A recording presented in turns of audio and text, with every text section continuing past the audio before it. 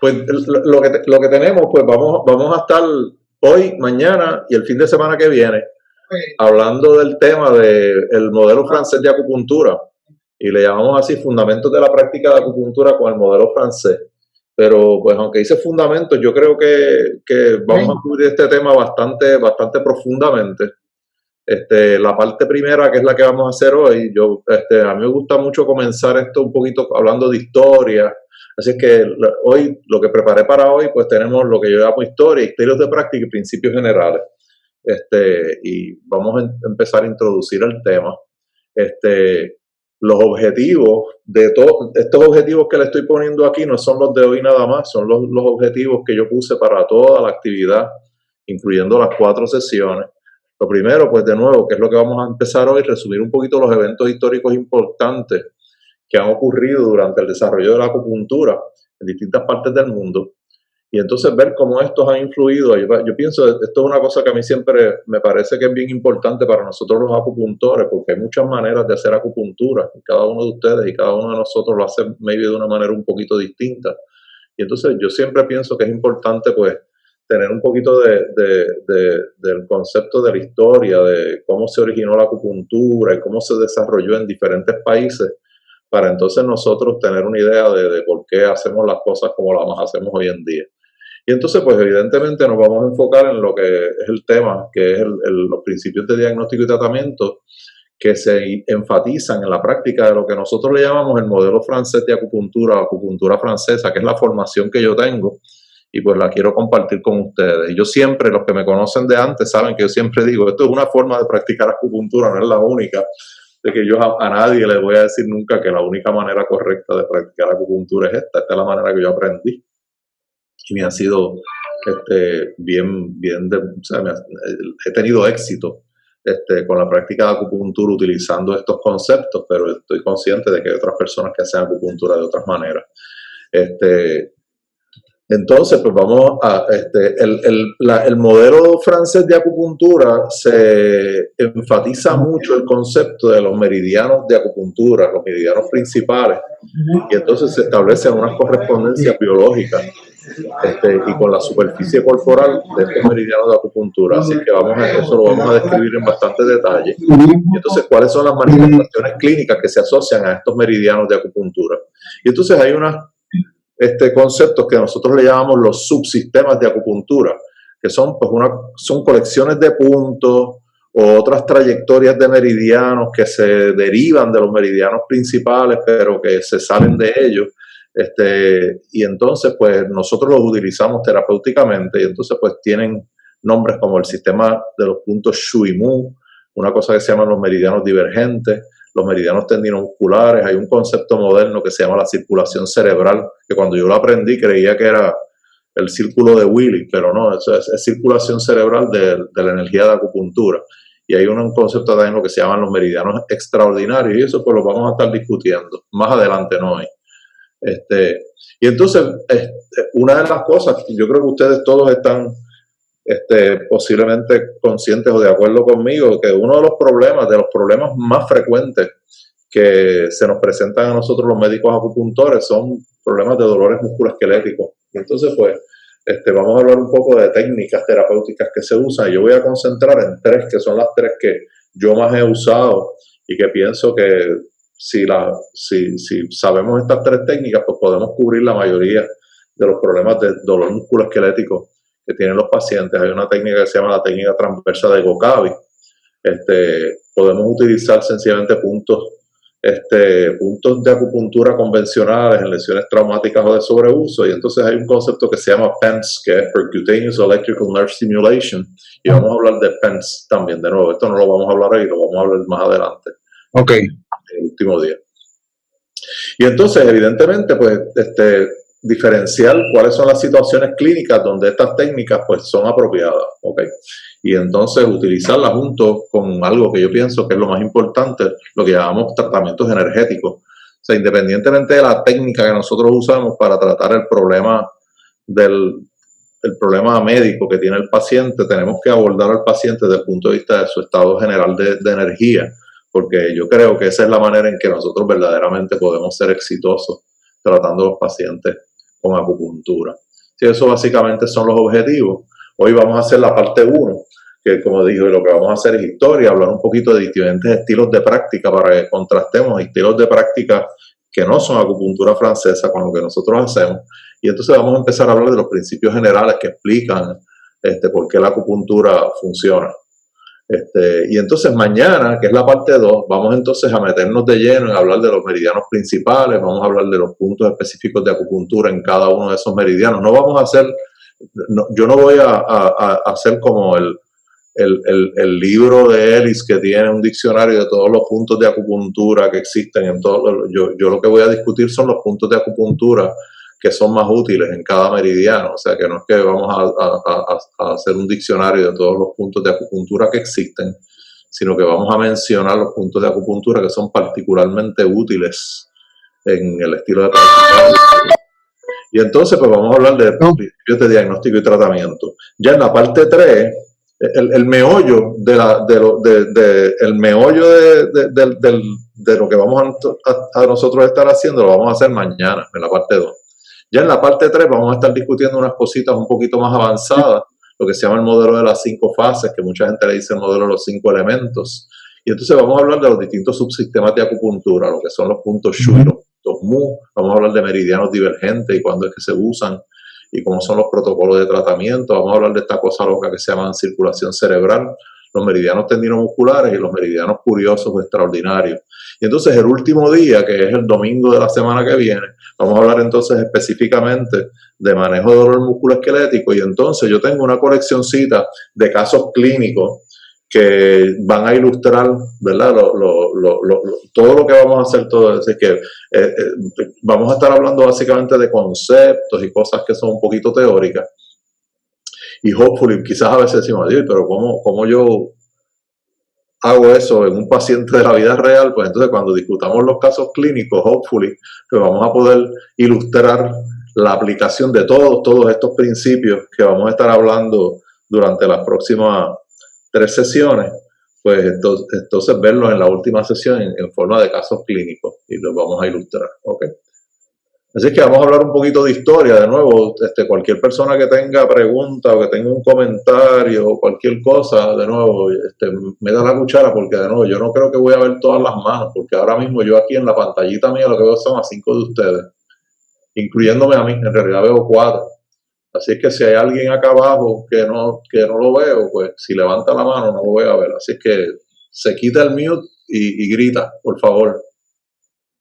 Pues vamos a hablar un poquito de la historia de la acupuntura, porque yo creo que tenemos que saber un poquito de la historia.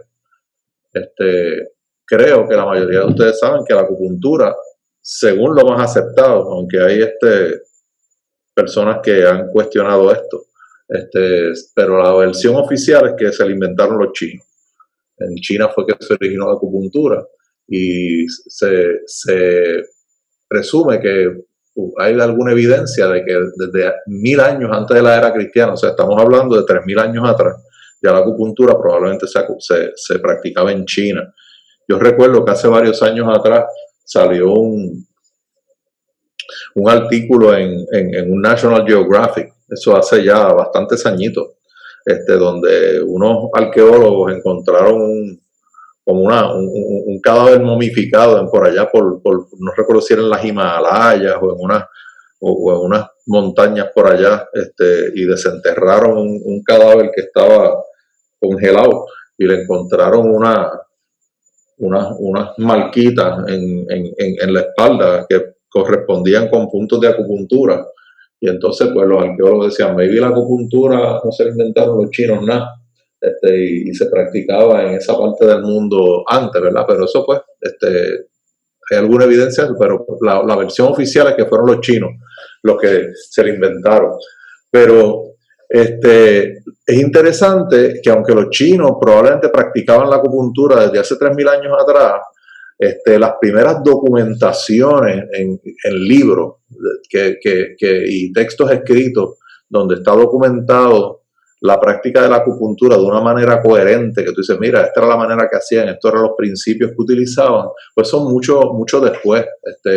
Y entonces hay unos textos que nosotros le llamamos los textos clásicos, de acupuntura, que tienen esos nombres que dice ahí. Hay un nombre que se llama el Huangdi Neijing, que se traduce al texto de medicina interna del emperador amarillo. Huangdi era el emperador amarillo, y Neijing quiere decirle el libro de medicina interna. Entonces tiene dos componentes, uno que se llama el Su Wen, que son las preguntas básicas, y otro que se llama el Ling Shu, que lo traducen como pivote espiritual, y eso es una traducción que las traducciones del chino pueden ser bien difíciles. Ese libro, con sus dos partes, probablemente ya se escribió cerca del segundo o el tercer siglo de la era cristiana, ¿verdad? Pero entonces es interesante porque en ese libro, pues se presentan muchos principios de la práctica de acupuntura que nosotros pues conocemos, ¿verdad? Y entonces hay otro libro también un poquito posterior que se llama el Nanjing, que se llama el libro de las dificultades clásicas. Y entonces en ese libro es que se describen clásicamente lo que nosotros conocemos como la localización de los pulsos, eso de los pulsos, que si el pulso, donde está el pulso del riñón y del corazón y del pulmón y del vaso y del hígado, y los pulsos profundos y superficiales. Entonces en ese libro también se describe bastante en detalle la teoría de la llamada 5 elementos y 5 fases y las interacciones entre ellos, que es algo que vamos a discutir más adelante. Y también en ese libro, en el Nanjing, es donde primero se empiezan a discutir lo que se llaman los puntos antiguos y sus atributos, que yo creo que muchos de ustedes los conocen, los famosos puntos pozo, manantial, arroyo, río y mar, ¿verdad? Y las relaciones entre ellos, ¿verdad? Entonces es interesante que la práctica de la acupuntura, pues en China, florece durante pues los principios de los primeros siglos de la era, que para nosotros es la era cristiana, ¿verdad? ¿Cuál es tu nombre, tu número? Entonces no podemos hacer nada. ¿Está bien? Ajá, dime. Ok, entonces pues la acupuntura florece, pero como hasta el siglo... Hasta ahí llegan mis conocimientos. Como hasta el siglo XVII. Está bien. Rafa, tienes el micrófono abierto y lo que hablas, pues lo estamos oyendo acá. Espérate, ahora tú no me aparece tu nombre ahí. Sí, te voy a dar, ok. El ID. 974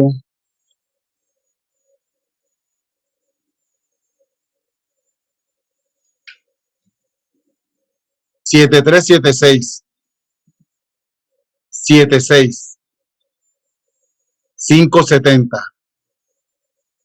Se supone que te pide eso solamente, pero si acaso te pide otro código, un código ahí, apúntate. No, si te lo pide 37 18 57. Sí, 18 57. Muchas veces no lo piden, no sé por qué, pero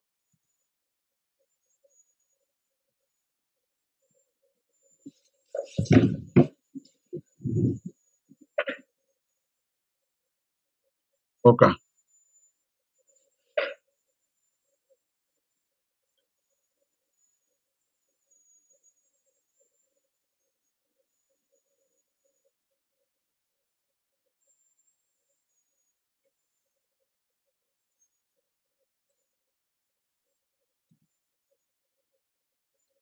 Ok, vamos a continuar. Me están oyendo, ¿verdad? ¿Me están oyendo? Pues la práctica de la acupuntura florece en China como hasta el siglo XVII, que es lo que se llama la dinastía Ming. Y entonces un concepto interesante que yo creo que mucha gente no conoce es que después de ese siglo, después cuando comienza lo que se llama la dinastía Qing en China, después del siglo XVII, la acupuntura empezó a deteriorar. Y la razón de eso fue que China estuvo muy influenciada por los países occidentales. Allí estaban los ingleses y los franceses, y creo que los alemanes también, y entonces los holandeses. Entonces, pues los chinos empezaron a adoptar muchas prácticas, inclusive la medicina occidental. Y llega el momento en que el siglo XIX, el emperador de China declaró que no se podía enseñar ni practicar la acupuntura. Así es que la acupuntura durante el siglo XIX y hasta principios del siglo XX, como que se dejó de practicar de manera por lo menos oficial en China. Posiblemente había gente en el underground, ¿verdad? Y algo parecido a los curanderos aquí, ese tipo de cosas, ¿verdad? Que son gente que son en la comunidad, ¿verdad? Pero que la práctica oficial de la medicina era la medicina occidental. Y entonces eso, en realidad, pues es un elemento bien importante, porque, de nuevo, en China, siglo XIX y hasta principios del siglo XX, pues la acupuntura, pues, dejó de ser la forma de que los chinos, la acupuntura y otras formas de medicina, ¿verdad? El volaria y otras cosas, pues dejaron de ser la manera en que los chinos practicaban medicina. Y entonces cuando vuelve a resurgir la popularidad, por decirlo así, de la acupuntura, es después del 1949, luego de la revolución cultural o revolución comunista en China, que Mao Zedong o Mao Zedong, dependiendo cómo lo transliteren, pues decretó que había que rescatar otra vez la cultura y las tradiciones chinas. Y entonces se creó el cuerpo de conocimiento que hoy en día se conoce como medicina tradicional china.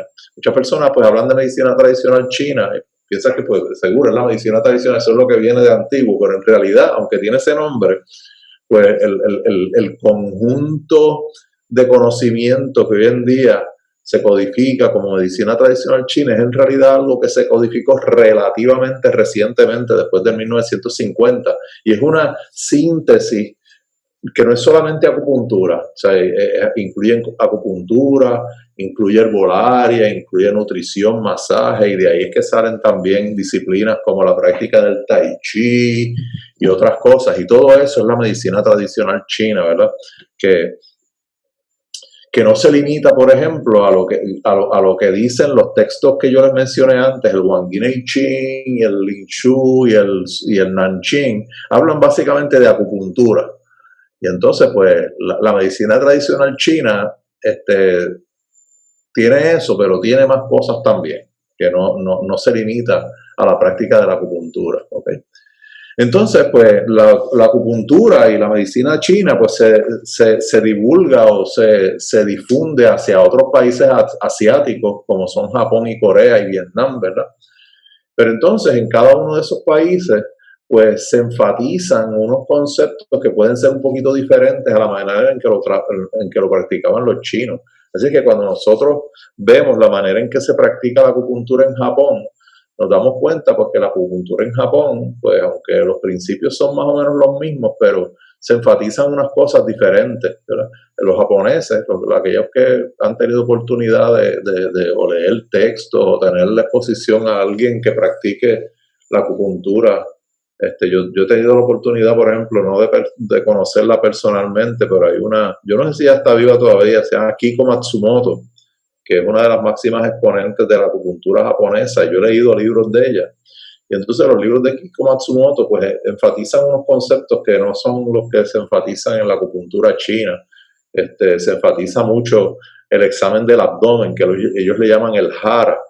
Es que por la palpación del abdomen, pues ellos determinan cuáles órganos y cuáles meridianos puedan estar afectados. Y entonces los meridianos como tal, los canales se palpan.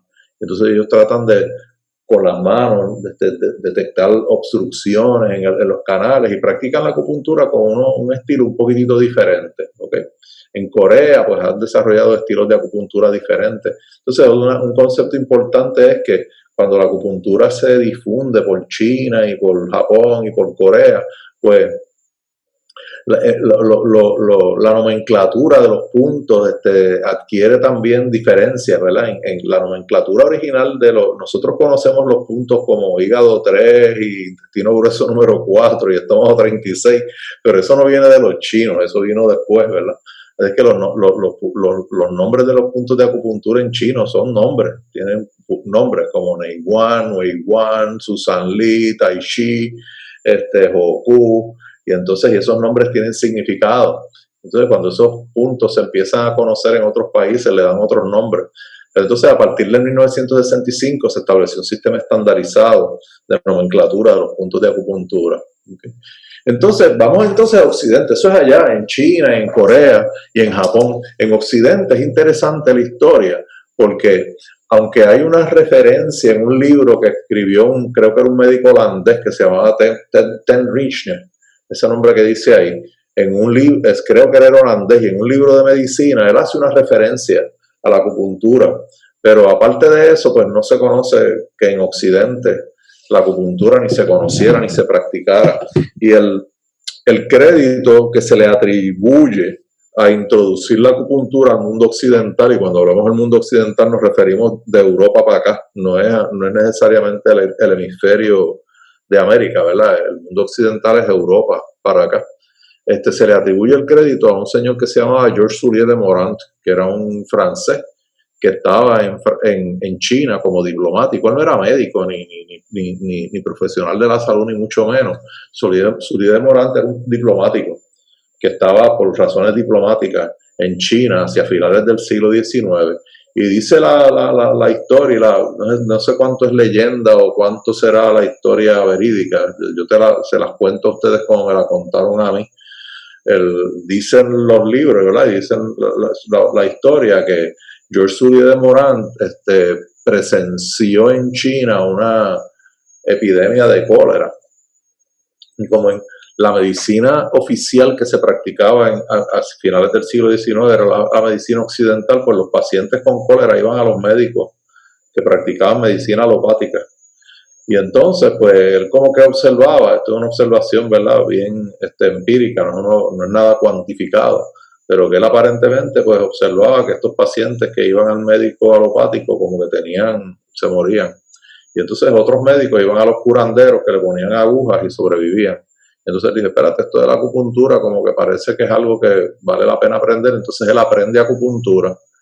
Y entonces cuando él regresó a Francia, de alguna manera él logró que los acupuntores chinos le enseñaran acupuntura. Y cuando él regresa a Francia hacia principios del siglo XX, las primeras 2 décadas del siglo XX, escribió el primer texto que se conoce en un lenguaje occidental, en francés. Georges Soulier de Morand escribió un libro que se llama La acupuntura china, en francés. De hecho, él fue el que introdujo el término de los meridianos, que nosotros utilizamos esa palabra, ¿verdad? Y entonces, para mí una curiosidad interesante histórica es que Soulier de Morand le llama meridianos a los meridianos porque él las conceptualiza como si fueran unas líneas imaginarias parecidas. Él hace la analogía con los meridianos de la Tierra, ¿verdad? Las latitudes y longitudes. Son unas rayas que están ahí en los mapas, pero son unas líneas imaginarias que las usamos solamente de punto de referencia. Así que cuando Soulier de Morand le llama meridianos era porque él pensaba eso, que estos son unas rayas que están ahí, pero no son reales, son imaginarias. Pero hoy en día nosotros sabemos que los meridianos no son imaginarios, son verdaderamente pues, contenedores de tejido, ¿verdad? Y vamos a hablar más adelante de lo que como nosotros conceptualizamos los meridianos, pero muchas personas piensan que es mejor decirle canales. Yo personalmente pienso que es mejor decirle canales, pero estamos tan acostumbrados a decir meridianos que le decimos meridiano. Yo mismo, aunque yo pienso que es mejor decir canales, pero yo frecuentemente pues uso el término meridiano porque todo el mundo sabe de lo que estamos hablando, ¿okay? Pero ese término pues fue Georges Soulier de Morand el que lo introdujo. En Estados Unidos existen varias referencias a la acupuntura también en libros y cosas. Hay un libro de un médico que se llamaba Franklin Bachet en el siglo XIX, que en un libro, en un artículo, no recuerdo si era un libro, en un artículo que él publica, pues menciona algo de la acupuntura. Había un libro de el eminente educador, yo no sé si ustedes lo conocen, para mí este señor era algo serio, Sir William Osler, que era un médico canadiense americano, que de hecho la escuela de medicina de Johns Hopkins en Estados Unidos, básicamente él fue quien la fundó. Y era un educador médico hacia finales del siglo XIX, principios del siglo XX, y en un libro, el libro de medicina interna que se utilizaba en aquella época como texto estándar en las escuelas de medicina era el texto de Osler, el texto de medicina de Osler, y él menciona en ese libro pues la acupuntura como una forma de tratamiento de dolor de espalda. Y también nosotros podemos especular que en el siglo XIX y el siglo XX, que habían inmigrantes chinos a distintas partes en Estados Unidos, especialmente en las costas, ¿verdad? En la costa este, en Nueva York, y en la costa oeste, en California, por eso hay Chinatowns en esos dos lugares. Pues podemos especular que los inmigrantes chinos, pues, practicaban acupuntura entre ellos. Pero sin embargo, pues vamos a decir de manera oficial, la acupuntura no era parte de la práctica establecida, ni mucho menos aceptada de medicina en los Estados Unidos, hasta que ocurre el famoso evento que nosotros decimos el evento de James Reston, que quizás muchos de ustedes conocen ese evento, pero para los que no lo conozcan les voy a hacer el cuento. James Reston era un escritor del New York Times para la década de los 60 y de los 70. Para ustedes que probablemente la mayoría de ustedes se acuerdan, quizás los que son muy jovencitos no, pero los que son no tan jovencitos se acuerdan que en la década de los 70 era la famosa época de la Guerra Fría. Estaba la amenaza de la guerra nuclear, porque estaba los Estados Unidos y Rusia y los chinos con esta cosa de quién tenía la bomba atómica mejor. Y entonces a principios de la década de los 70, el presidente Nixon en los Estados Unidos empezó a establecer unos intentos de establecer relaciones diplomáticas con China. Y entonces, en unas competencias deportivas que hubo en el 1972 entre Estados Unidos y China, James Reston fue como periodista del New York Times en la delegación de los Estados Unidos y le dio un ataque de apendicitis en China. Y entonces lo operaron. Y entonces, cuando él se quejaba de dolor postoperatorio, en vez de ponerle inyecciones, le ponían agujas de acupuntura en intestino grueso número 11, en estómago 36, y le quitaban el dolor. Entonces eso a él le pareció bien interesante, ¿verdad? Que con ponerle unas agujas en distintas partes del cuerpo que ni siquiera se las ponían en la barriga, pues le quitaban el dolor. Cuando él llega a los Estados Unidos, pues escribe un artículo en el New York Times, narrando su experiencia, y eso muchas personas lo consideran como el evento crítico de que entonces empezó un resurgir del interés por la acupuntura y por todas las cosas chinas. Yo me acuerdo que en esa época, no sé cuántos de ustedes se acuerdan, hay un libro chino que se llama el I Ching, el libro de los cambios, y todo el mundo empezó a leer el I Ching, y todo el mundo empezó a leer el Tao Te Ching, y entonces empezaron a traer chinos a los Estados Unidos a enseñarle Tai Chi a la gente, así que olvídate, todo el mundo se volvió loco con todo lo que era los chinos. Y entonces empieza el interés por la acupuntura, pero interesantemente en la década de los 70, pues los organismos oficiales médicos en los Estados Unidos pues no se interesaron por eso. De hecho, hasta como que decían, esos son disparates, ¿verdad? Y entonces el resultado es que el desarrollo de la acupuntura en Estados Unidos en la década de los 70, pues estuvo a cargo de personas que no eran médicos. Entonces se desarrolla el concepto de los licensed acupuncturists en Estados Unidos, escuelas de acupuntura donde establecen unos mecanismos de aprender acupuntura y de licencias y una serie de cosas, pero la gran mayoría de los practicantes de acupuntura en Estados Unidos en esa época y hasta el día de hoy no necesariamente son médicos, son personas que son muy diestros y son muy bien adiestrados y muy bien entrenados en la práctica de la acupuntura, pero que no son necesariamente, no son médicos, ¿verdad? Y entonces el modelo que prevalece es el modelo que yo le llamo TCM, que es Traditional Chinese Medicine. Estos individuos adoptan los currículos que importan de lo que se había desarrollado en China a partir del 1949, y eso se convierte en la forma convencional de practicar la acupuntura en los Estados Unidos, ¿okay?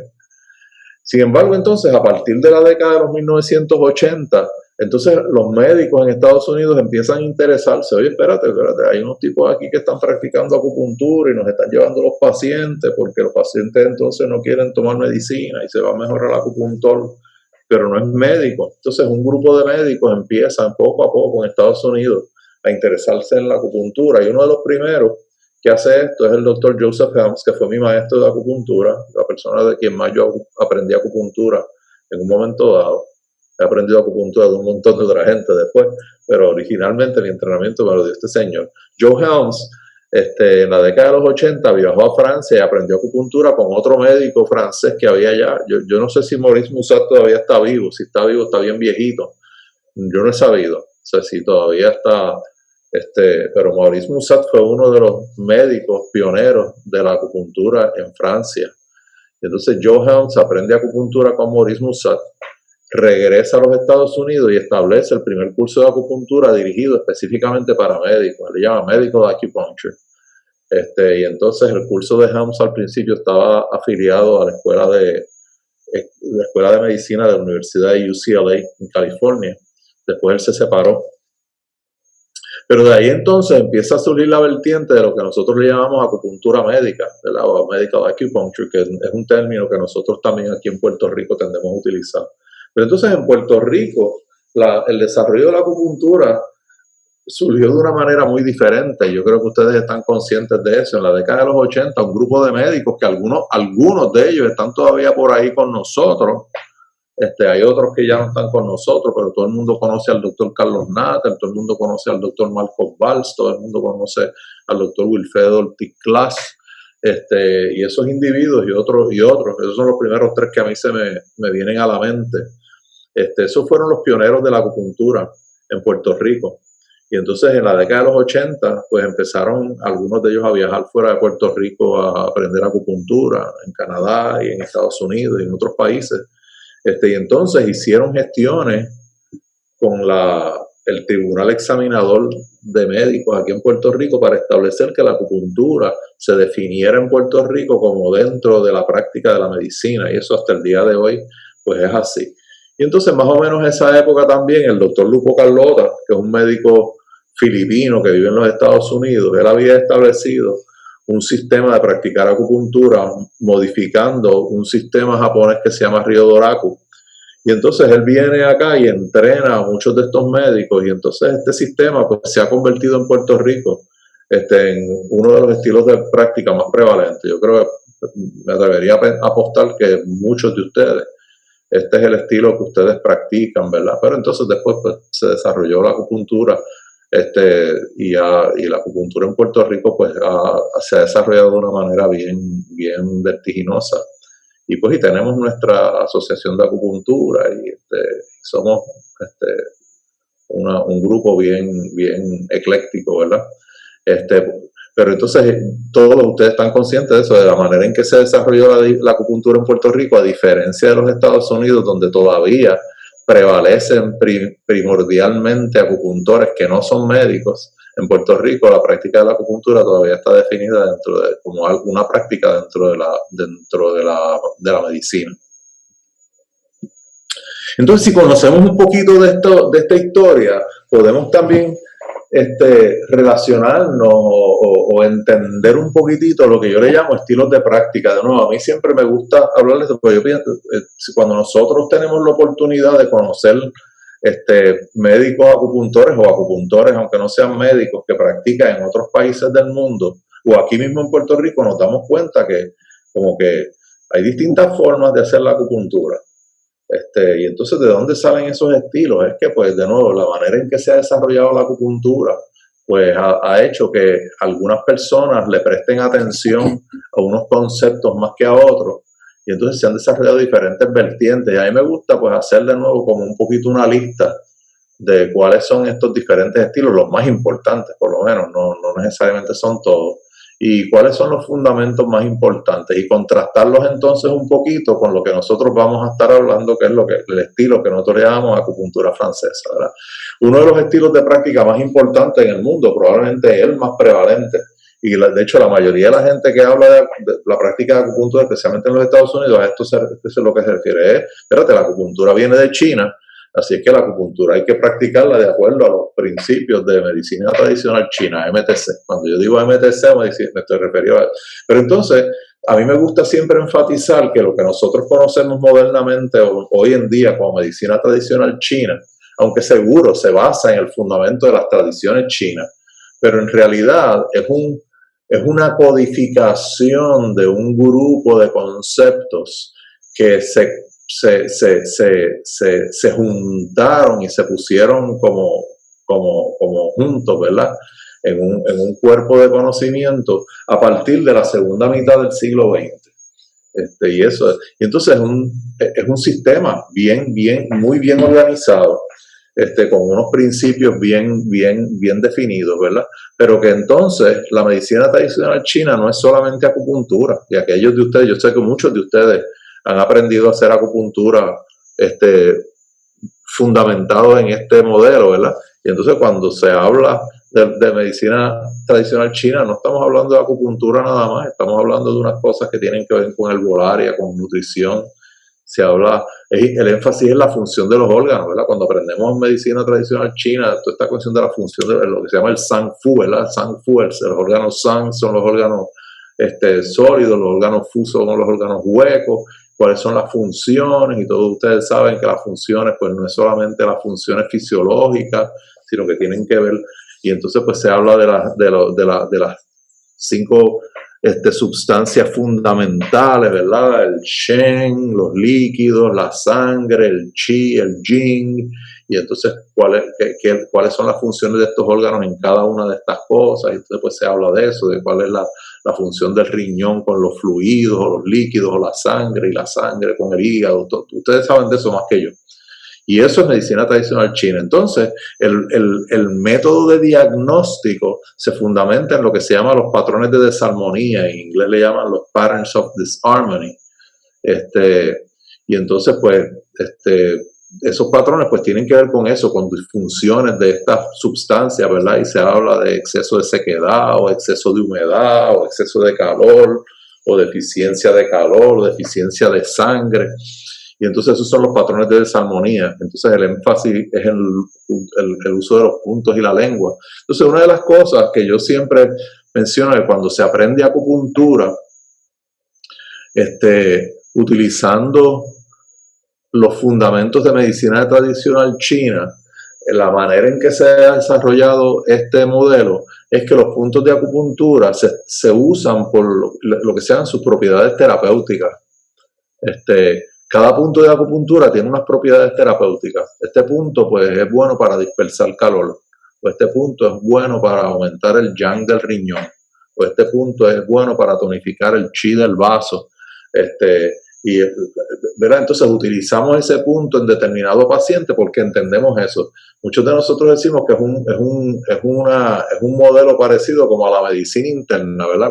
Si usted es un médico alopático y hacer medicina interna, pues esa es la manera. Pero este paciente, ¿qué es lo que tiene? Si este paciente tiene fallo congestivo cardíaco y el miocardio no se contrae bien, pues entonces tenemos que darle un fármaco que aumente las propiedades inotrópicas del corazón. O sea que tenemos el diagnóstico de cuál es la disfunción fisiológica del paciente y prescribimos una medicina que haga que ayude a eso, ¿verdad? O que vaya a encontrar. Así es que la manera en que se practica la acupuntura en la medicina china tradicional, al juicio de muchos de nosotros, pues es así.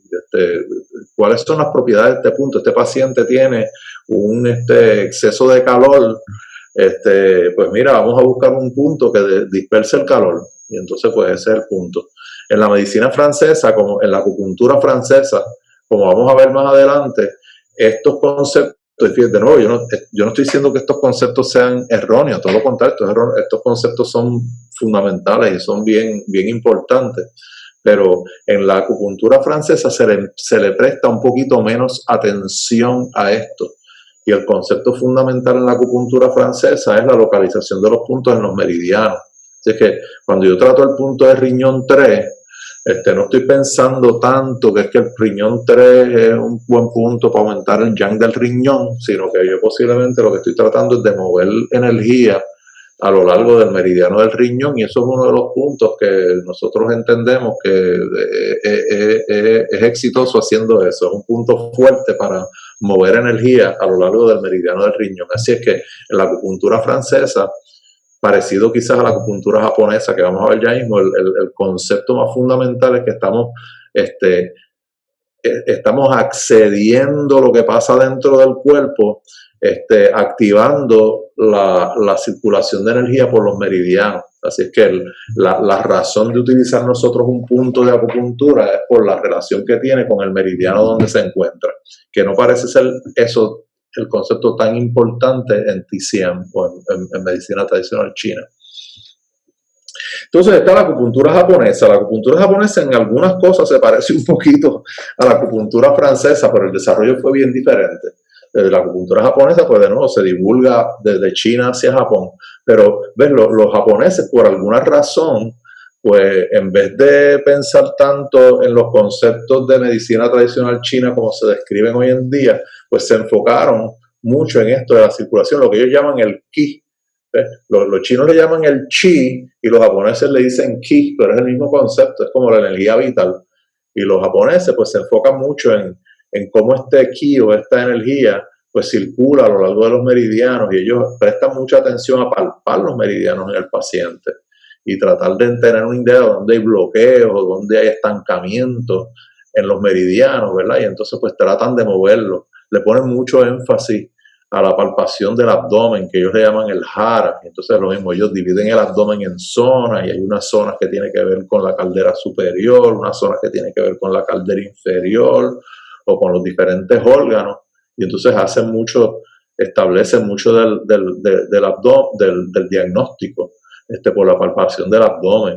El estilo que han desarrollado los japoneses, las agujas tienden a ser agujas bien finitas, estas agujitas que ustedes frecuentemente ven, que son las agujitas estajito, que son bien finititas, que tienen un calibre bien finito, y los manguitos plásticos, o sea, y las usan bien superficiales. Ese es el estilo que usan los japoneses, ¿okay? Hacen también un poquito de énfasis en lo que llaman las relaciones de 5 fases o 5 elementos, que vamos a hablar nosotros un poquito más adelante de eso, no hoy ni mañana, yo creo que vamos a hablar de eso el fin de semana que viene. Pero ustedes conocen algunas cosas de esa también, que si el fuego y la tierra y el metal y el agua y la madera. Y entonces también hacen uso de los llamados meridianos extraordinarios. Entonces hay un sistema que yo creo que mucha gente lo conoce, aunque todo el mundo conoce el modelo de los 5 elementos, pero lo que mucha gente no conoce es que hay un individuo inglés que se llamaba Worsley, estoy tratando de acordarme el primer nombre de él, que desarrolló un sistema donde él básicamente tiró por la ventana todos los conceptos, olvídate de chi, olvídate él no habla de nada, él lo único que hablaba era los 5 elementos. Y entonces él desarrolló un sistema de acupuntura donde el diagnóstico del paciente se basaba básicamente en llegar a un diagnóstico de lo que él llama el diagnóstico raíz. Este paciente tiene estos síntomas, yo le hago una historia bien detallada y una historia prestando atención a estos detalles que, de nuevo, ustedes posiblemente muchos conocen. Espérate, tú tienes mareo, pero ¿a qué hora es que te da el mareo? ¿Y cómo es el mareo? ¿Y con qué se te quita? ¿Y con qué se te mejora? ¿O con qué se te empeora? Y las características bien, porque entonces con eso él va a decir, este mareo es por una deficiencia de agua, o el mareo maybe por una deficiencia de tierra. Y entonces trata de llegar a un diagnóstico donde la raíz del diagnóstico es una deficiencia o un exceso de uno de los 5 elementos. Así que tenemos 5 elementos y cada uno de ellos puede estar en deficiencia o en exceso. La mayoría de los problemas crónicos son deficiencias, la mayoría de los problemas agudos son excesos, ¿verdad? Y entonces mucho el historial bien detallado, los pulsos, él le presta mucha atención a los pulsos, pero de nuevo, aunque seguro, los pulsos, está el pulso del pulmón, el pulso del riñón, pero en el lenguaje de Worsley, aunque él busca la posición del punto del pulso del riñón, pero él eventualmente traduce eso, riñón es agua. Así es que si tú tienes un pulso en la posición del riñón, donde está bien flow el pulso, el diagnóstico de él es, tienes una deficiencia de agua, y el diagnóstico es en términos de 5 elementos.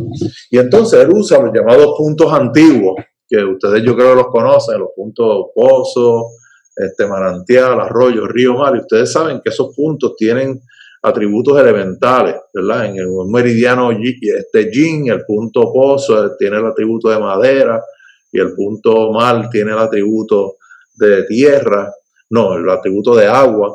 En los meridianos yang, el punto mal tiene el atributo de tierra.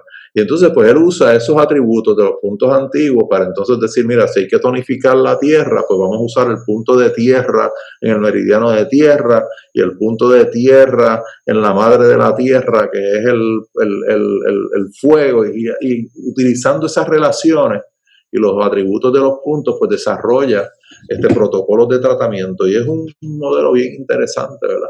Pero de nuevo, no todo el mundo necesariamente, yo no conozco en realidad mucha gente, conozco dos o tres médicos en Estados Unidos que practican la acupuntura siguiendo los preceptos de la acupuntura de 5 elementos, pero la mayoría de los acupuntores, pues, o sea, podemos utilizar esos conceptos, pero no usamos las fórmulas de tratamiento específicas que prescribe el estilo de práctica de 5 elementos de Worsley.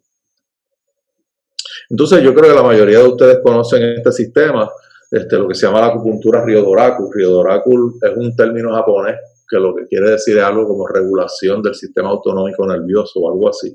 La desarrolló un japonés que se llamaba Nakatani, que era un neurólogo japonés, en el 1950. Y él entonces empieza a tomar medidas de la conductividad eléctrica de los meridianos. Y entonces, basado en eso, pues establece unas medidas y un diagnóstico, un electrodiagnóstico de cada meridiano.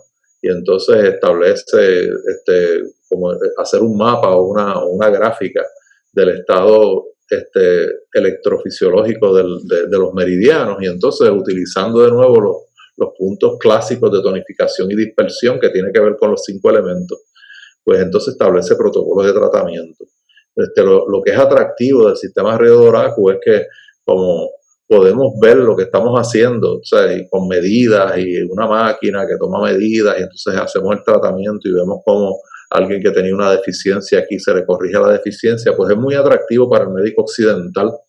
Y precisamente es un sistema que no requiere, usualmente si tú practicas este sistema solamente, no requiere que tengas que aprender demasiado cosas de los chinos. Tú sabes, aprendes básicamente cómo utilizar ay Dios mío, mira lo que yo puse ahí, puntos, es lo que tiene que decir ahí, ok, se me quedó la N, me acabo de dar cuenta de eso. Entonces, hay un médico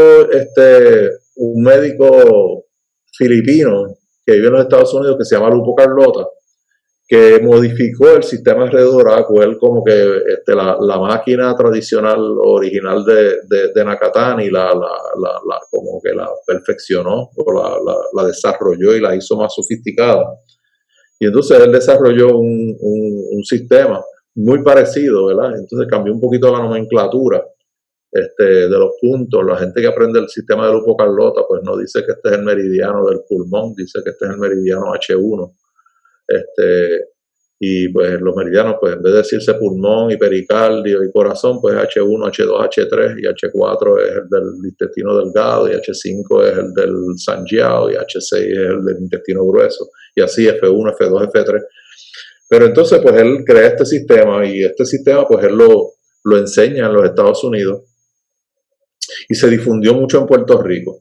Lo que pasa es que aquí entonces el doctor Carlos Natter, que aprendió originalmente este sistema, pero se dio cuenta que, espérate, pues tenemos que aprender también un poquito de lo que es el meridiano del pulmón y una cosa. Así que el doctor Carlos Natter y los médicos puertorriqueños a su vez han modificado el modelo de Lupo Carlota, pero en esencia pues se practica mucho este sistema en Puerto Rico. Entonces hay un sistema que nosotros le llamamos acupuntura neuroanatómica. Yo creo que muchos médicos puertorriqueños que practican acupuntura han aprendido esto. Y es el modelo que promueve un médico canadiense que se llama Joseph Wong. Joseph Wong es un médico chino, pero que está radicado en Canadá. Y él desarrolló un sistema donde él básicamente lo que propone es que todas estas cosas que dicen los chinos de yin y yang y las propiedades de los puntos, pues tienen unas correspondencias en la medicina y en la fisiología occidental. Y entonces él dice, pues mira, los puntos de acupuntura que nosotros que conocen, o sea, que se inventaron los chinos, que descubrieron los chinos, en realidad básicamente lo que están es estimulando unas respuestas que se transmiten en nuestro cuerpo a través del sistema autonómico nervioso. Entonces después él dice, pues mira, los chinos hablan de yin y yang, nosotros podemos hablar del sistema parasimpático y el sistema simpático. Y entonces, pues, él ha escrito muchos libros, yo creo que él tiene como 6 o 7 libros de acupuntura, y el concepto fundamental de él es ese, o sea, que puede establecer unas correspondencias entre lo que es la acupuntura clásica china con conceptos modernos neurofisiológicos.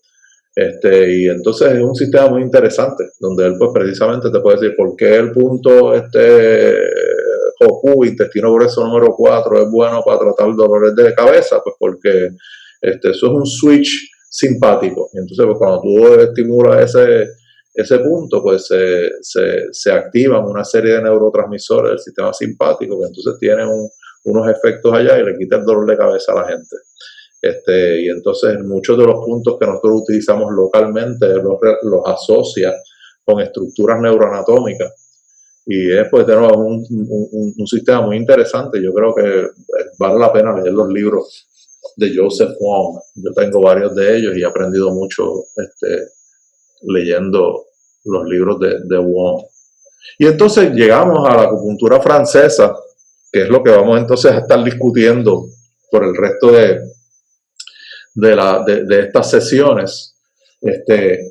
La acupuntura francesa se desarrolla precisamente basado en lo que la historia que yo le hice. Una vez Georges Soulier de Moran llega a Francia y publica un libro de acupuntura, pues hubo un grupo de médicos franceses. Eso es lo que para mí es como bien interesante y lo hace atractivo para mí, ¿verdad? Primero, pues también porque fue la acupuntura de la manera en que yo lo aprendí. Pero es interesante que la acupuntura francesa, quienes la desarrollan en Francia, son médicos. Un grupo de médicos franceses, Maurice Musat, que yo se lo mencioné, creo que se llamaba Paul Chamfort, en la primera mitad del siglo XX, esos individuos pues se empiezan a relacionar con Soulier de Moran y empiezan a buscar de qué manera nosotros podemos entender estas cosas que hablan los chinos de yin y yang y las deficiencias y los excesos y este tipo de cosas. ¿Cómo nosotros podemos entender estas cosas que sean, de nuevo, entendibles para un médico occidental? Fíjate, nosotros aprendimos medicina occidental, nosotros no aprendimos medicina china. Sí, entonces ellos empiezan a encontrar correspondencias en estas cosas y empiezan a hacer investigaciones con electricidad, que vamos a ver más adelante un poquito de eso, y entonces empiezan a estudiar estos libros que yo les mencioné, que by the way yo les recomiendo a ustedes, los que no lo hayan hecho. Hay traducciones al inglés y al español del Neijing y el Nanjing. Búsquenlos y léanselos, porque es bien interesante leer esos libros y ver de dónde sale todas estas cosas que nosotros aprendemos. Mira, en el Neijing dice esto en el capítulo 4, y entonces habla de eso del hígado, y habla del meridiano del hígado, y habla de los meridianos divergentes. Y entonces pues nosotros podemos entender, mira, estas cosas que nosotros aprendemos hoy en día de esos libros es que vienen, ¿verdad? Y entonces pues eso es lo que hicieron estos médicos, empezaron a estudiar estas cosas y empezar a codificar, por decirlo así la palabra que nosotros usamos, codificar los conocimientos bajo la lupa de la medicina occidental, pero que fueran consistentes con lo que decían los libros chinos. Y entonces volvemos a lo mismo, en vez de enfatizar tanto estas cosas, como la propiedad de que es este punto, porque eso no está, estas cosas interesantes, este concepto de que este punto dispersa el calor, o este otro punto aumenta el yang del riñón, eso como que no está en esos textos. Eso está en otros libros, en otras cosas, en otros sitios, pero en estos textos que estamos hablando, lo que más se enfatiza son los canales o los meridianos de acupuntura. Y entonces pues yo dice, espérate, esto es lo que estos tipos están enfatizando, pues vamos a nosotros utilizar esos conceptos de mover energía a lo largo de los canales y los meridianos de acupuntura. Así es que eso es lo que más se enfatiza, ¿ok? En la acupuntura francesa, y son las cosas que nosotros vamos a discutir más adelante, entre hoy y mañana. Entonces nosotros como médicos, acuérdense, me interrumpo en cualquier cosa, nosotros como médicos occidentales nos gusta entender un poquito la acupuntura en términos de los mecanismos biológicos que nosotros conocemos. ¿Okay?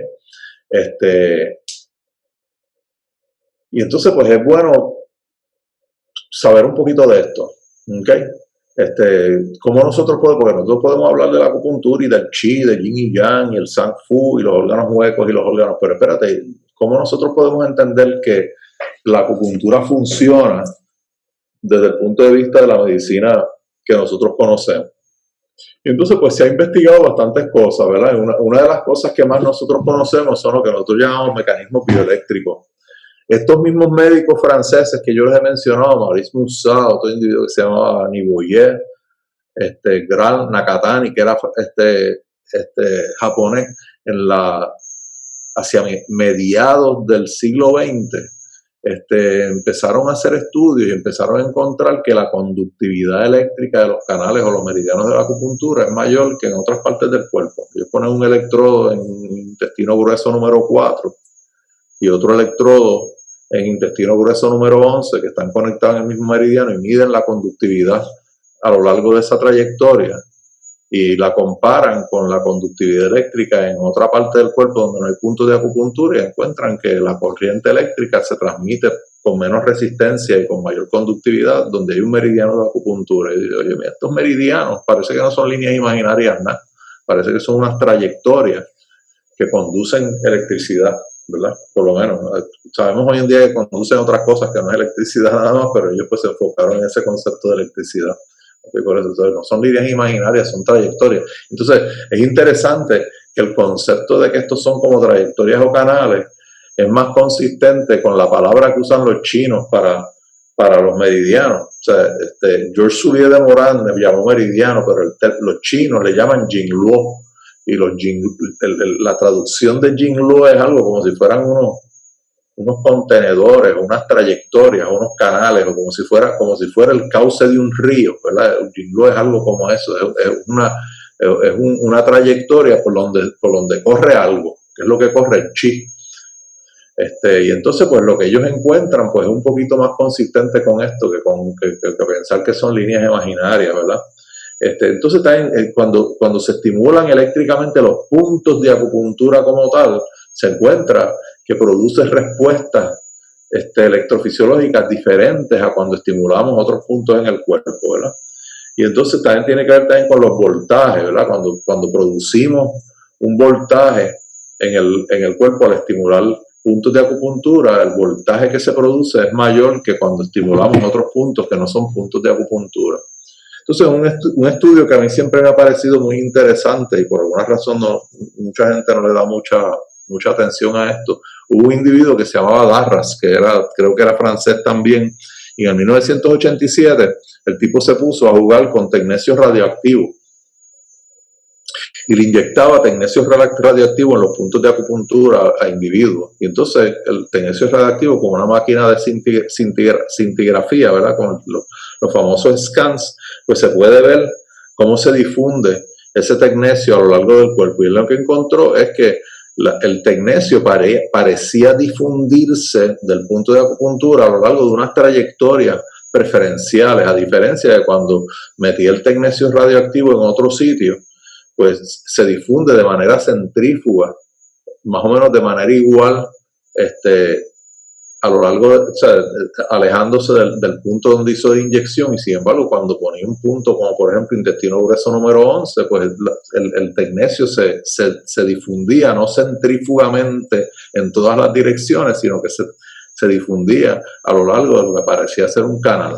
Y eso de nuevo es un estudio que parece ser consistente con el concepto de que, mira, estos canales de acupuntura no son líneas imaginarias, nada, son unas trayectorias que están ahí, ¿okay? Nosotros no las vemos normalmente, pero están ahí, ¿verdad?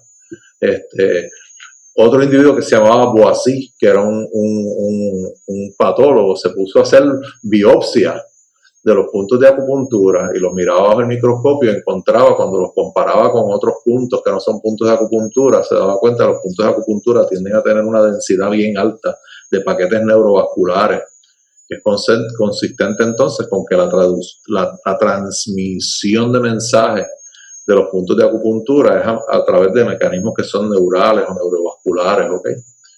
Y entonces una de las teorías o de las cosas que modernamente ha adquirido más importancia es el concepto de los neurotransmisores, ¿verdad? Se ha visto que cuando estimulamos puntos de acupuntura, pues se estimula la liberación de neurotransmisores como endorfina, como ACTH, como serotonina, ¿verdad?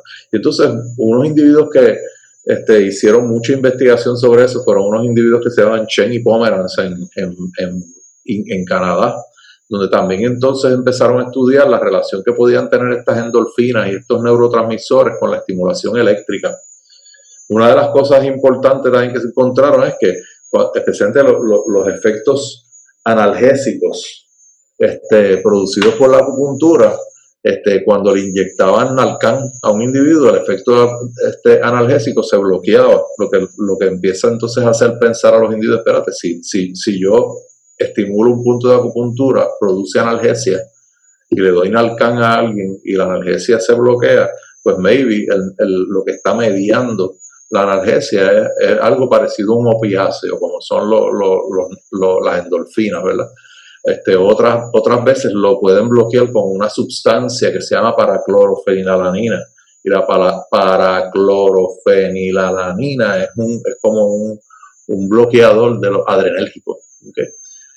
Y entonces, pues, de ahí salió el concepto, oye, mira, quizás los mecanismos, por lo menos los mecanismos analgésicos o otros mecanismos biológicos de efectos biológicos de la acupuntura, pues están mediados por estos neurotransmisores.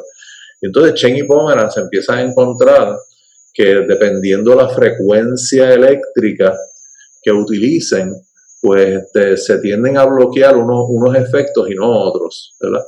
Entonces la naloxona bloquea la analgesia cuando se produce por acupuntura y estimulación eléctrica a baja frecuencia, lo que hace pensar que a esa baja frecuencia pues están asociadas endorfinas o opiáceos, y la paraclorofenilalanina bloquea analgesia cuando la acupuntura y la estimulación eléctrica es a alta frecuencia.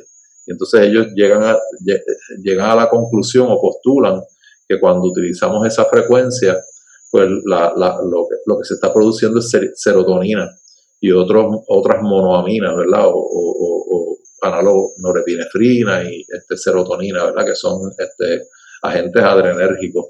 Y ese concepto se usa cuando nosotros utilizamos electricidad junto con la acupuntura, porque el tipo de frecuencia que utilicemos pues posiblemente tiene relación con el tipo de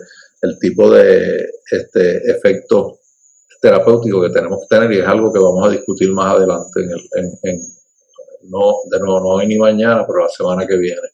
¿Okay? Y entonces está lo que hemos hablado ya, la estructura de los canales o meridianos de acupuntura, ¿verdad?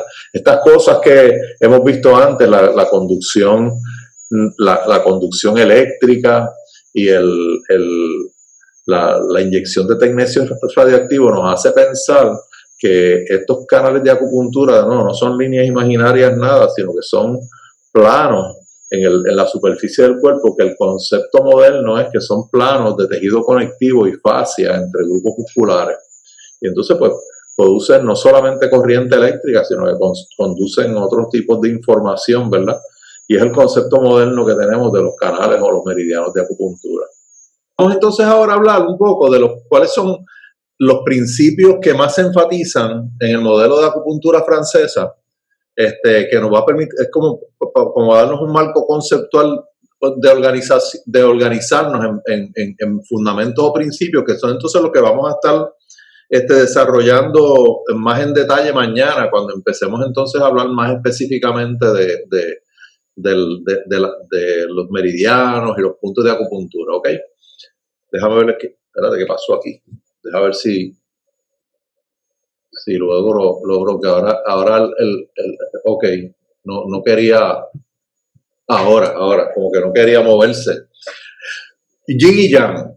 ese es el principio fundamental más importante en todo. Yo digo, todo, ¿sabes? Porque vamos a utilizar conceptos que vienen de los chinos. Nosotros somos médicos occidentales, somos médicos alopáticos, pero integramos conceptos de la medicina china que son consistentes y son compatibles con lo que nosotros Está bien, hacemos. pues entonces voy a enganchar y voy a chequear eso. ¿Sí? Entonces, el concepto más fundamental es yin y yang.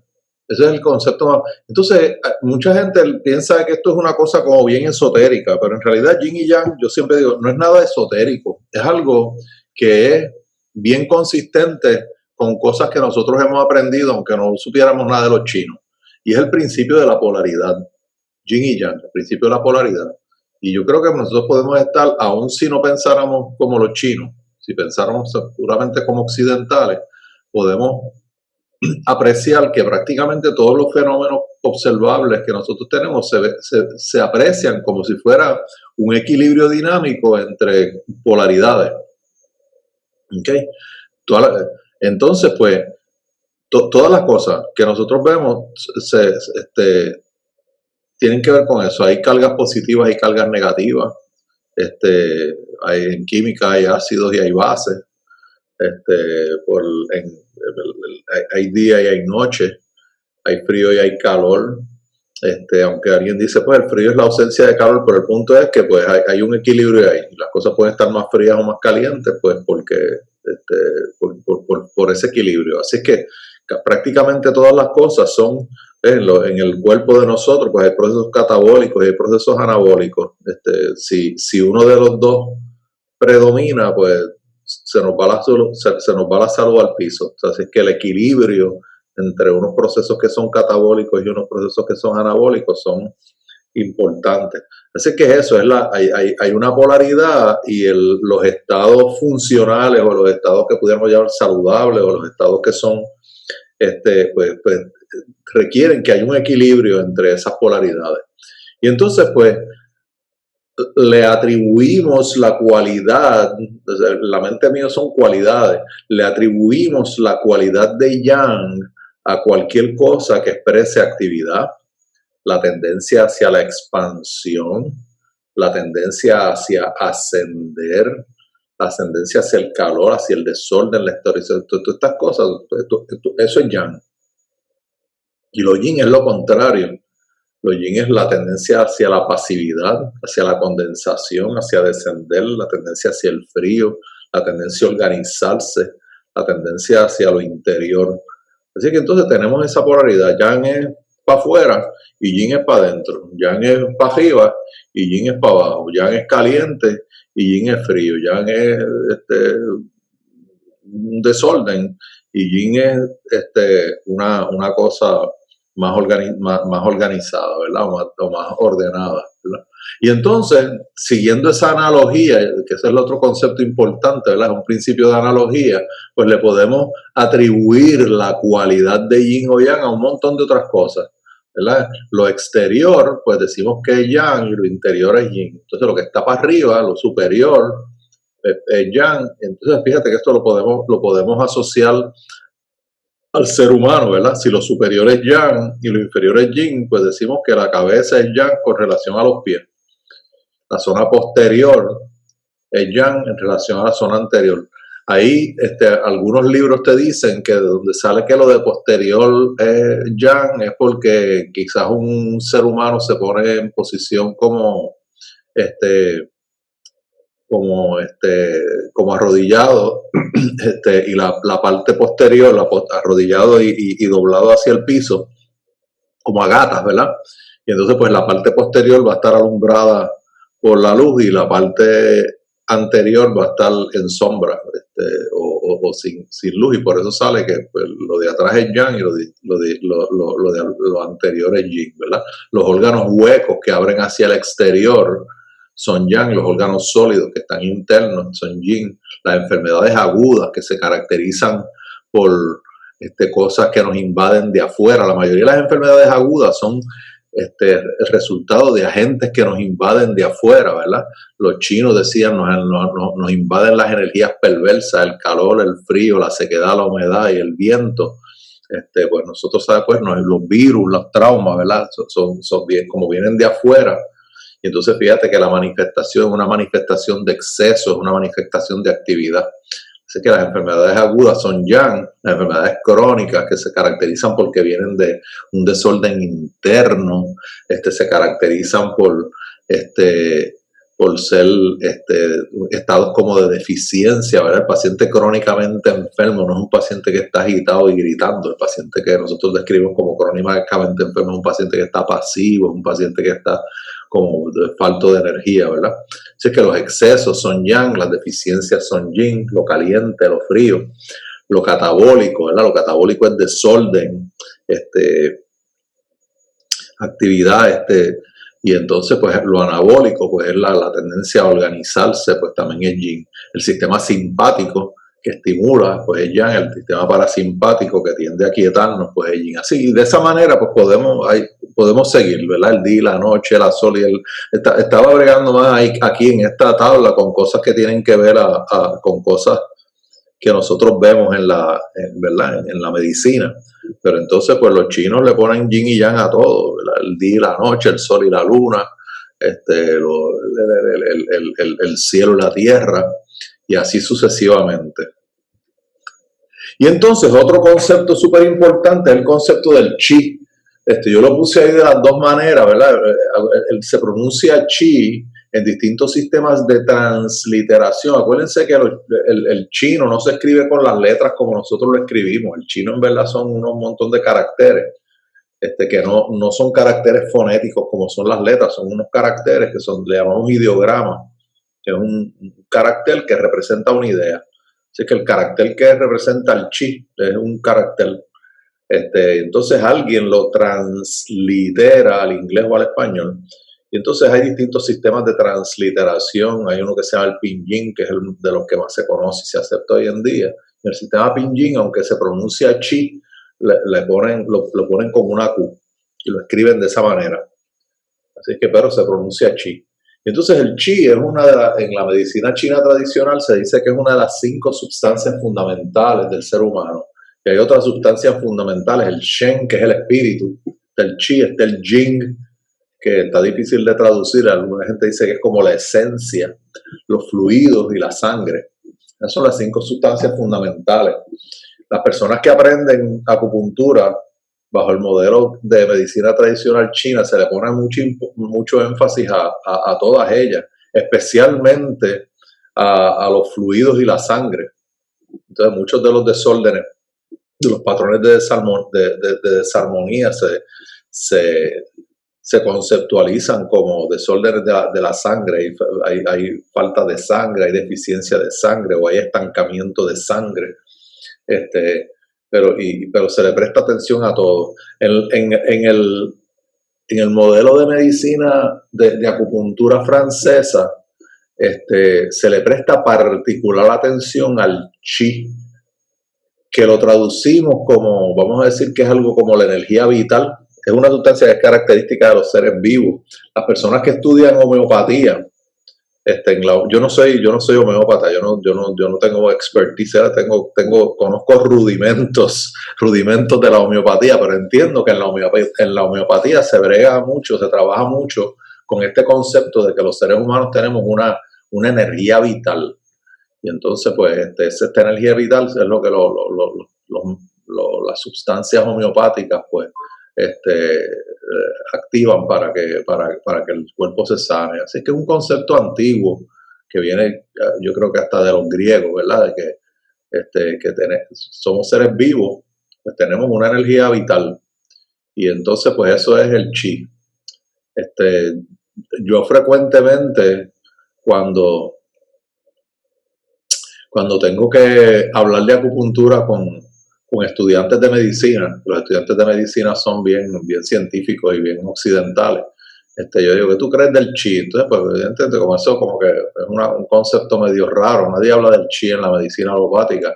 Entonces yo a veces uso la analogía y le digo al estudiante de medicina, ven acá, tú estudiaste anatomía en primer año de medicina y estabas en un laboratorio donde habían cadáveres y los disecaste para estudiar anatomía, y ese cadáver tenía DNA, ese cadáver tenía huesos, tenía músculos, tenía todo lo que tú tienes, todo lo que tú tienes. Tú tienes proteínas, tienes todos los tejidos y todas las sustancias, incluyendo el famoso DNA, el cadáver lo tiene y sin embargo el cadáver está muerto y tú estás vivo. Yo digo, ¿qué fue lo que se le fue a ese cadáver que ya no tiene y está muerto? Yo a veces pienso porque pues lo que se le fue al cadáver es el chi, así que cuando nos morimos el chi se nos va para otro lado. Ese es como se dice, el concepto que yo tengo.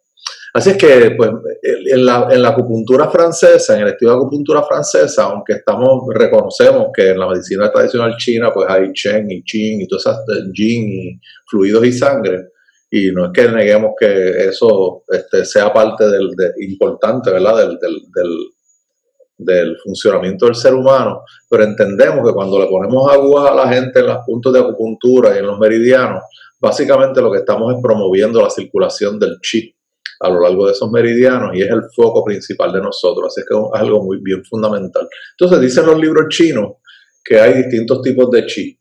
Está lo que se llama el chi original, que ellos le dicen el yuan chi, y es el chi que nosotros heredamos de los padres. Cuando nosotros nacemos tenemos energía, y eso viene de los padres, eso viene del padre y la madre, ¿verdad? Entonces ellos dicen que ese yuan chi reside principalmente en el riñón y tiene mucha relación con los llamados canales extraordinarios, canales curiosos, meridianos curiosos, que vamos a hablar de ellos más adelante. Pero ese chi original se gasta. Yo la analogía que hago, la manera en que lo entiendo, es como decimos una batería. O sea, yo tengo una batería y la compro y la batería está nueva, pero en cuanto yo la pego a un equipo eléctrico y empiezo a usarlo, la batería se va a descargar. Pero entonces, nosotros, a diferencia de la batería que se descarga y no va para ningún lado más que descargarse, nosotros pues podemos recargar un poquito la batería, pues si no nos moriríamos bien rápido, nos moriríamos a los poquitos días de nacido, se nos acaba el chi. Entonces, los chinos hablan del chi nutritivo, que es el rong chi, y entonces eso viene de los alimentos y el aire. ¿Okay? Y circula principalmente por los meridianos principales. Así que como yo lo veo es que estas cosas, aunque pueden estar descritas en unos términos que pueden parecer medios esotéricos, pero fíjense que son perfectamente compatibles con lo que nosotros conocemos de la medicina convencional. Pues nosotros pues nacemos seres vivos, gritando y llorando y pataleando y moviéndonos, pero esa energía que gastamos pues la tenemos que reemplazar de alguna manera y pues para eso pues tenemos alimento y por eso respiramos, o sea, y entonces respirando y nutriéndonos pues cargamos la batería y por eso pues seguimos viviendo unos cuantos años, ¿ok? Y entonces está lo que yo llamo el chi defensivo, que es el wei chi, que circula por los meridianos de la superficie, que vamos a discutirlo más adelante también, que se llaman los meridianos tendinomusculares. Y ese chi defensivo, pues, es el encargado, como dice la palabra, de defendernos según los chinos, de las energías perversas, ¿verdad? Que son las cosas que invaden nuestro sistema. Así que esas son como las tres manifestaciones más importantes del chi o de la energía vital, ¿no? El chi que nacemos con él, el chi nutritivo, que lo sacamos de los alimentos y el aire, y entonces el chi defensivo.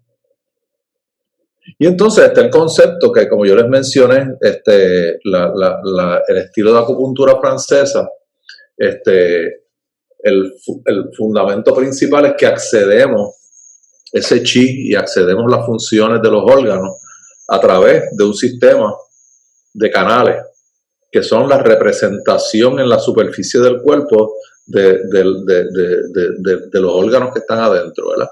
Entonces se llaman los meridianos o los canales de acupuntura.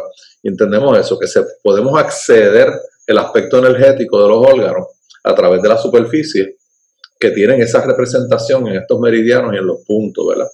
Así es que eso es lo que nosotros trabajamos principalmente, ¿verdad? Entonces es interesante que estos canales y las conexiones que tienen entre ellos y con los órganos diferentes, pues están bien descritos de una manera muy uniforme en los textos antiguos de acupuntura. De hecho, eso es uno de los misterios de la acupuntura, que la gente dice, ¿y cómo los chinos aprendieron eso? ¿Cómo los chinos aprendieron que este punto de acupuntura se conecta con este órgano, verdad?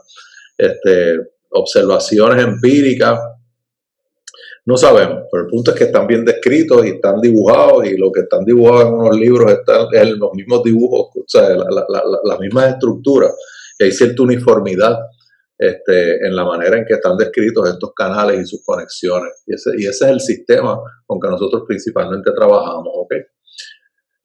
Como yo les mencioné, el concepto moderno que nosotros tenemos, estas líneas imaginarias que describió Zulia de Morán al principio, no son líneas imaginarias, nosotros entendemos que son planos de fascia y de tejido conectivo que están dividiendo entre grupos musculares. Por eso nosotros aprendemos, yo creo que todos ustedes saben, nosotros podemos palpar esos canales y buscar los puntos de acupuntura por palpación.